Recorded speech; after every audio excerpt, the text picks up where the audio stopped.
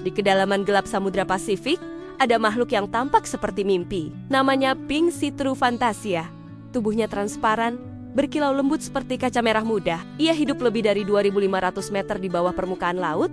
Di tempat tekanan bisa menghancurkan baja, bukan ubur-ubur, tapi teripang laut yang seindah roh penari di kegelapan. Organ-organnya terlihat jelas, berkilau seperti cahaya kehidupan di dunia tanpa sinar. Gerakannya tenang, anggun, seolah melayang di antara bayangan abadi. Setiap kemunculannya begitu langka, hingga ilmuwan jarang melihatnya dua kali. Cahaya kamera membuat tubuhnya bersinar seperti permata hidup. Di lautan paling sunyi, ia jadi simbol misteri dan keindahan tersembunyi. Pink Sea True Fantasia, keajaiban transparan dari dasar laut terdalam.